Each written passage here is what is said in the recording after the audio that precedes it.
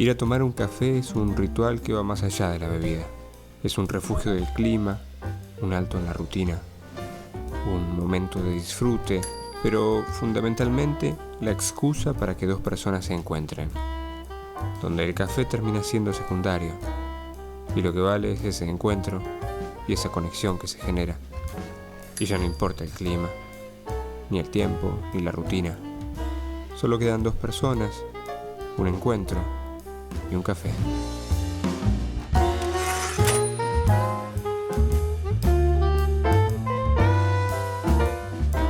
Este espacio de poder una charla, tomando un café, mirando el mar. Yo sé que el mar está ahí a la espalda, es un referente. Para mí el mar, las cosas que cuento siempre, el mar está de por medio. Autores que no viven en lugares marítimos les pasa lo mismo, pero a la inversa. Se sienten como que el mar les provoca, por ahí los intimida. Claro.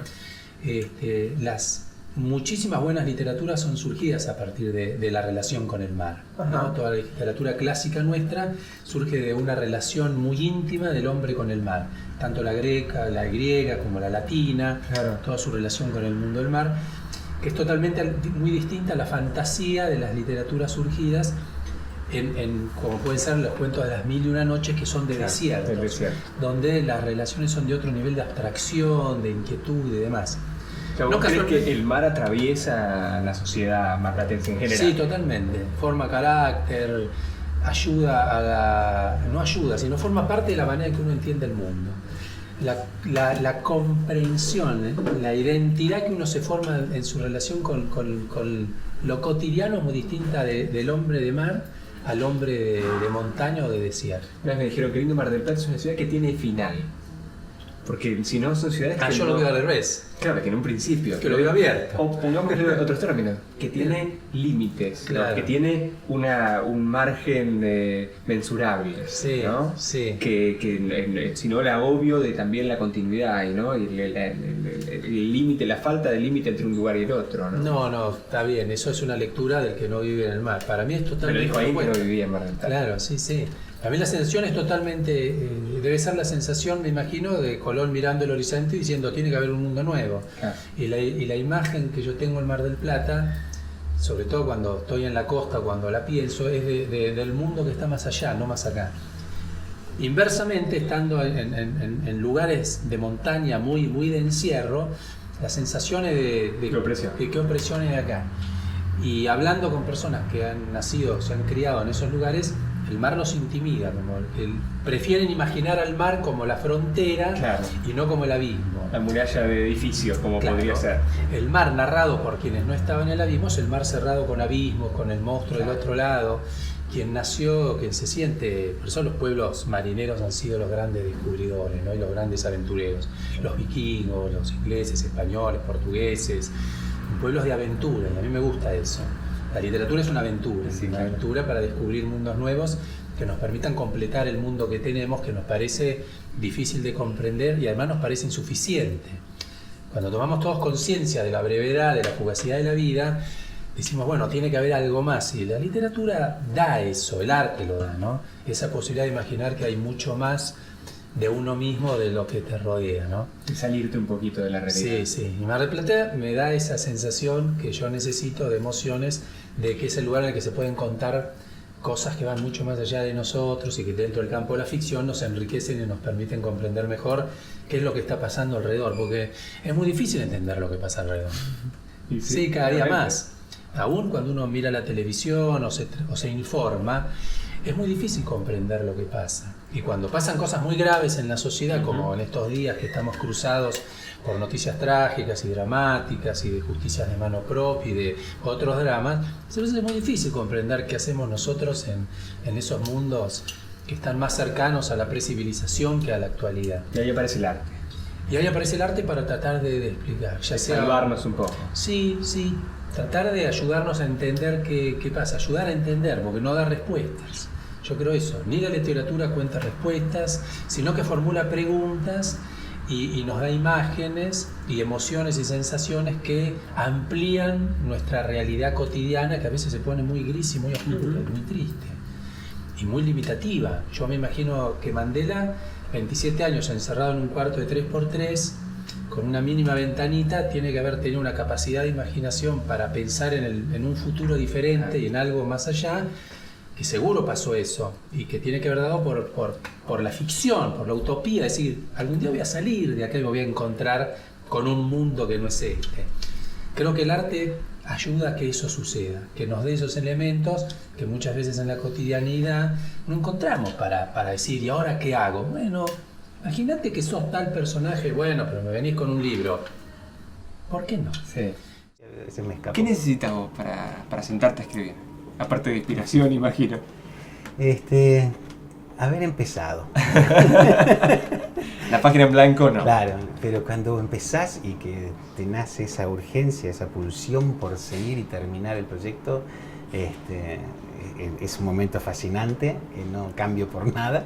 Y bueno, Ahí escribís en cualquier lugar. En cualquier lado, el café es un detalle. El arranque ya es más complejo. Y el arranque el arranque es como un tema de preproducción, ¿no? Es hasta definir personajes, situaciones, y el tema es cuando ya pasaste la primera escena y decís, ahora voy. Ahí está, ¿no? ya sabemos para qué lado vamos. Tal cual. Manuel, ¿qué arrancó primero? ¿El director, el escritor? A ver. Difícil de... ¿O arrancaron en paralelo? Sí, fue muy junto. Yo siento que primero nació el autor. Y lo que pasa es que a un autor que comienza no hay nadie que lo quiera dirigir. Entonces Tuviste que dirigirte me vi eso. obligado a decir, bueno, soy yo o soy Claro. yo. Entonces a partir de eso empecé a llevar adelante las puestas en escena de mis Sí. obras, y esa digamos que así fue el comienzo. ¿Y tu formación es académica, como escritor o como director, o las dos cosas? Mira, en nuestro trabajo lo vas haciendo, es que más todavía en mi época, ahora hay una carrera Claro. para autores en la EMAD, ¿no? En mi época vos hacías el Conservatorio Nacional de Arte Dramático, Ujú. que yo lo hice. Que y te daban una salías formación general. actor, autor, director y hombre de teatro, Sí. ¿no? O sea, eso era toda la única carrera que Claro. existía. Pero yo tuve la fortuna de trabajar con José María Pablo Antonio muchos años. Fui su asistente, su mano derecha durante 5 o 6 años. Y esa fue mi universidad. Cocho en ese momento era el director que trabajaba en los teatros oficiales, en los teatros privados. Era director de cine, de televisión. Era el Manuel González Gil de ese momento. Era un trabajo impresionante que tenía, y por toda Latinoamérica. O sea que yo iba adelante de él a empezar a sus puestas, y él Ujú. llegaba y las terminaba, y eso me dio un aprendizaje. Claro. Yo le debo gran parte de mi formación a José María Pablo Antonio. ¿Y si tuvieras que quedarte con alguno de los dos roles, exclusivamente? Escribir, Escribir, sí. sí. Siento que es un trabajo que acaricia mucho, que verdaderamente es muy placentero, no peleas nada más que con vos. Sí. Después viene otro trabajo que también es muy bello, que es la interacción, es el convencer, es el influenciar, es también el dejarse cambiar, Ujú. ¿no? Eso debe ser todo un tema, sobre todo cuando vos escribiste tu obra, pusiste lo mejor de vos, lo que vos creías, en tu cabeza se formaron todas esas imágenes que construye el teatro, y después lo pones en manos de unos actores y de un montón de otros actores, digo, en el sentido de quienes intervienen en la obra teatral, y la obra también se la apropian los demás y la van cambiando en un punto, ¿o no? Sí, También la eso- tenés que soltar. Te digo que es una fortuna eso. Yo tengo la inmensa suerte de trabajar con actores sumamente talentosos. Entonces, cuando vos el material lo arrojás a la mesa de trabajo y empezás a tener la interacción que tenés con semejante personajes y gente de teatro, obviamente que el material se modifica, y gracias a Dios que se modifica, porque si se modifica quiere decir que se supera. Claro. Entonces, si uno se queda muy agarrado a lo que hizo y empieza a cuidar la quintita Pero justamente egoístamente, tenés que soltar. totalmente. Y eso implica un dejarlo salir. Dejarlo y un crecimiento, sin lugar a dudas. ¿Qué vas a tomar? ¿Qué tal? ¿Cómo te va? Un cafecito. Yo también un café, chico. Gracias. Es también soltar la criatura, ¿no? Para que otro la modifique y Total. se la apropie. Cuesta Y claro. totalmente, porque vos en teatro un poco más que escribir se graba a veces, ¿no? Antes de largar la obra vos ya la leíste, la releíste y pensás, Acá no cabe ni una coma, Sí. pero sin embargo el teatro es movimiento y con el actor todo se modifica y empieza a volar. Y siempre crece. ¿Siempre crece? Sí, bueno,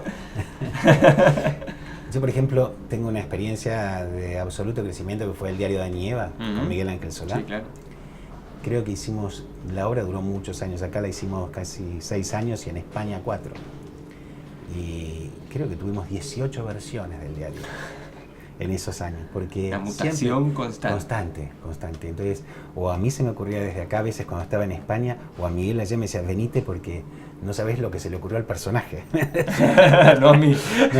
Entonces trabajábamos sobre la idea nueva que había surgido. Éramos autores de ese material, Claro. por lo tanto nos Vivo permitía totalmente, eso. un material que estaba dinámico. Totalmente. Por eso digo que el teatro es movimiento.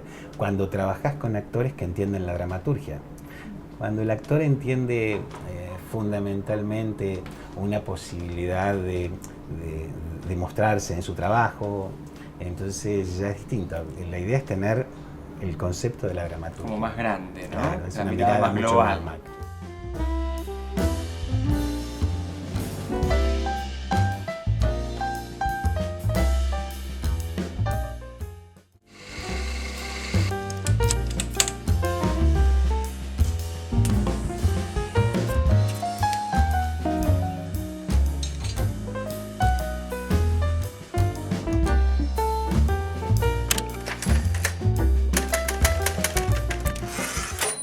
Iba a decir, no elegís vivir en sociedad, pero vivís en sociedad también, pero de una manera diferente. Te diría que vivo en sociedad exponencialmente aumentado porque... Claro, en muchas al menos sociedades. En muchas sociedades. El motivo por el que viajo, cada uno viaja por mis motivos. A mí lo que me sedujo de viajar desde el primer momento fue el encuentro con el otro, el recuperar la confianza en la humanidad. De hecho, los libros que yo escribo, lo que tratan, el fin último de esos libros, sí, es motivar a viajar también, inspirar al que quiere viajar, pero más que nada es como documentar la hospitalidad que hay en la humanidad. Por eso muchas veces he ido a lugares donde, en teoría, según los medios masivos, Claro. hay guerra, hay avaricia, hay Sí. gente intratable, ¿no? Como Afganistán, Irán, Siria, qué sé yo, y cuando vos vas te encontrás otra cosa. Entonces la idea es como mostrar eso. Y eso es algo bien social. O sea, de hecho, yo no soy alguien que viaje, por ejemplo, no soy mucho de ir a parques nacionales. Eso de ir a un lugar y caminar 7 días en la montaña, yo no lo hago. Tengo 1000 amigos que lo hacen, colegas viajeros, está bárbaro. Pero no es mi tipo de viaje. No Claro. es un tipo de viaje social. Social urbano. Exactamente. Hasta te diría más que urbano, porque sí voy a las megacapitales, pero más que nada voy a pequeños pueblos. Pero siempre que haya una presencia humana, que es la que en definitiva me da la escala de la historia, ¿no? Me aporta la historia en sí. Y esa hipótesis a partir de la cual comenzaste, que es la gente es hospitalaria, es solidaria, ¿la pudiste refrendar siempre o en algún momento te encontraste ante una encrucijada donde realmente no encontrabas esa devolución o esa hipótesis no se cumplía? Claro, bueno, el mundo está hecho por gente buena y mala, ¿no? No es que todo el mundo me esperó con Los brazos la abiertos. taza de té caliente sobre la mesa. Pero fundamentalmente en un 99% te tengo que responder que sí, sobradamente. A ver, el primer viaje a dedo que hice en mi vida fue de acá a Gesell. 115 kilómetros que yo pensaba que no llegaba nunca. Calculaba, me acuerdo, iba por la ruta caminando, calculaba las horas que tardaría, Caminando. que iba a tardar si no me levantaba nadie. Y después me levantó, obviamente, un auto a los 20 minutos y me llevó. Y me invitó a comer una pizza. Y me preguntó si necesitaba algo. Yo tenía 19 años. Y estaba como yo sorprendidísimo, ¿no? Era como, wow, ¿no? Se puede, estas cosas pasan, la gente se preocupa el uno por el otro. Y después fui a Europa. Digo, bueno, a ver. Después en realidad viajé Santa Fe, Córdoba, hice algunos ensayos Como de vuelo. exploratorio. ¿Viste cuando los pichones empiezan a tratar de volar y van a la rama, de a poco se van alejando? Y en algún momento fui a Europa, me fui 3 meses y ahí vi que también, que en teoría ahí en Europa donde todos supuestamente eran todos fríos, no, iba a Alemania, iba a Francia y la gente yo preguntaba a dónde acampar y a veces me invitaban a su casa. Entonces ahí dije, bueno, ya me animé a hacer un poco más, ir más lejos con esta hipótesis y decir, ¿y qué pasa ahí en el Medio Oriente donde están mostrando en la televisión que son todos unos locos con turbante que si no te besás el Corán te fusilan con... Bueno, vamos allá también a ver qué pasa. Entonces hubo una continuidad entre ese acto de generosidad chiquitito en Gesell, de ese tipo, y los franceses y alemanes que me invitaron a tomar cerveza afuera en el jardín de sus casas, y los sirios que me invitaron a almorzar sobre la alfombra en Damasco, o en Cairo, o en Teherán. Entonces, por eso, bueno, volviendo al anterior, que es un viaje social, más que nada, evidentemente social, y sí, pude comprobar eso. Claro, con algunos bemoles, ¿no? O sea, Obvio. Siempre hay una persona egoísta en todas partes del mundo. De ir a un Claro. lugar donde no fue mucha gente. Que vale la pena. Claro. Pero no es, digamos, vos ya no te sos un arriesgás por cualquier tipo cosa. como alguien que haga deportes extremos, que No. busca la adrenalina No, o me que aburren busca los el deportes riesgo. extremos, me aburren totalmente. No entiendo los deportes extremos. No buscas la adrenalina del riesgo. La adrenalina sí, pero no la encuentro en el deporte extremo. Para mí la adrenalina es caer en una tienda beduina, entras y ves 15 beduinos ahí y te empiezan a hablar en árabe, y ahí te quiero ver. Eso para mí es más hacer equilibrio que hacer una cuerda floja o colgarte. No me interesa el desafío deportivo, me interesa el desafío cultural. Ahora tengo que ser un amigo de estos 15 árabes. O de estos 15 colombianos. No Claro. digo árabes, porque estamos Sí, hablando sí, de allá, sí, ¿no? sí. Pero llegar a un lugar y tener que aprender rápidamente las pautas culturales, entender por qué están tomando, por qué se sientan así los albaneses, por qué saludan, qué está diciendo. No sé. Todo eso me parece más el desafío, o ese es mi deporte extremo.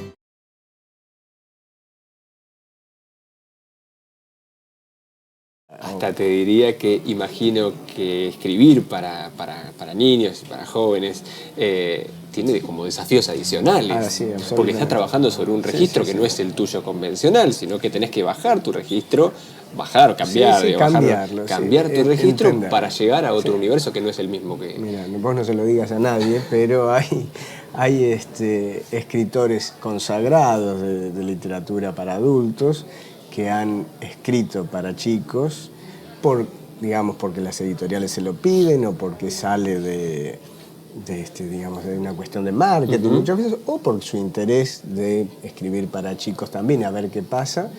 Y muchos de ellos lo han hecho mal, sinceramente. Y eso creo que tiene que ver con no manejar el oficio. Claro. Entonces, Porque bueno, a ver, ya nos metemos si querés un poco más en la literatura infantil y juvenil. Debe ser muy complejo generar literatura con todo el peso que eso implica, que sea didáctica, que sea de entretenimiento para los chicos, que no los subestime, ¿no? Imagino que también ese debe ser un vicio muy... sí. Una tentación muy cuando próxima. veas muchos diminutivos, desconfía. Porque hay esa primera forma de llegar que parece que hacer literaturita para chiquitos es escribir realmente para chicos, y no es así. O sea, justamente creo que el principal desafío es escribir para los chicos sin subestimarlo, lo dijiste bien, sin pensar que los chicos ni son sonsos ni muchísimo menos. Y además son de una honestidad absoluta, lo que no les gusta, no les gusta. No hay nada que no hacer. hay que leerlo porque es tal. ¿Cuál es tu búsqueda, Mario? Cuando te sentás a escribir, ¿vos qué querés? ¿Escribís para vos? ¿Escribís ya pensando en el chico que lo va a estar leyendo?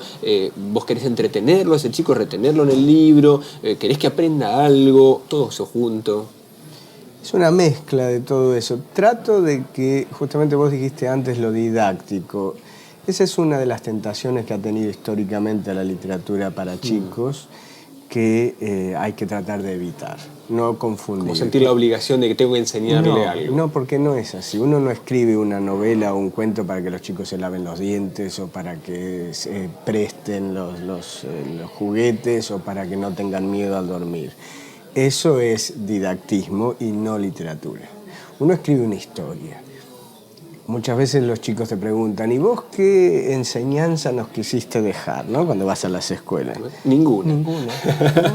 No, la verdad es que no. Si vos le encontraste algo, está muy bien y corre por tu cuenta o por la ida y vuelta con tus compañeros, con la maestra y demás. Pero uno no hace fábulas con moraleja, ya no. Y cuando a la vuelta de la esquina, después de que vos en tu proceso solitario, estimo, de creación y desarrollo de la obra literaria, eso luego se edita, llega a las manos de los chicos, y vos, como hoy que te recorriste el día de colegio en colegio, tenés el contacto directo con los chicos que... Y eso es muy fuerte, y por suerte es suele ser así muy de una sinceridad total, ¿no? Vos notás en el chico que te recibe el entusiasmo, y generalmente están muy entusiasmados por los docentes y por el ámbito, y te encontrás los carteles, bienvenido, y los trabajos que hicieron, y las maquetas, los dibujos, por ahí te hicieron una obra de teatro, qué sé yo. Pero después viene la hora de la verdad, es cuando empiezan a preguntar. Si vos ves que no hay nada, si se aburren, ves los bostezos, ha pasado. Por suerte pasa muy poco. La verdad es que les gusta. ¿Y ahí sentiste que se cerró el círculo, que lograste lo que querías? Sí. Eso es una experiencia que tenemos mucho más los que escribimos para esta franja etaria, porque nosotros tenemos un contacto permanente con los Además el adulto tiene como más prejuicios, claro, ¿no? Para él te puede decir muy bueno tu libro. Y no sabes hasta dónde es cierto verdad, o claro. no. Y por ahí el chico te va a hacer una devolución mucho más amplia. El pibe viene y te dice, con mucha vergüenza, porque hoy mismo, después de todo el espectáculo que ronda la presentación, que le firmaste, viene y te dice, cuando no lo escuchan, me encantó tu libro. Y listo, claro. Eso es.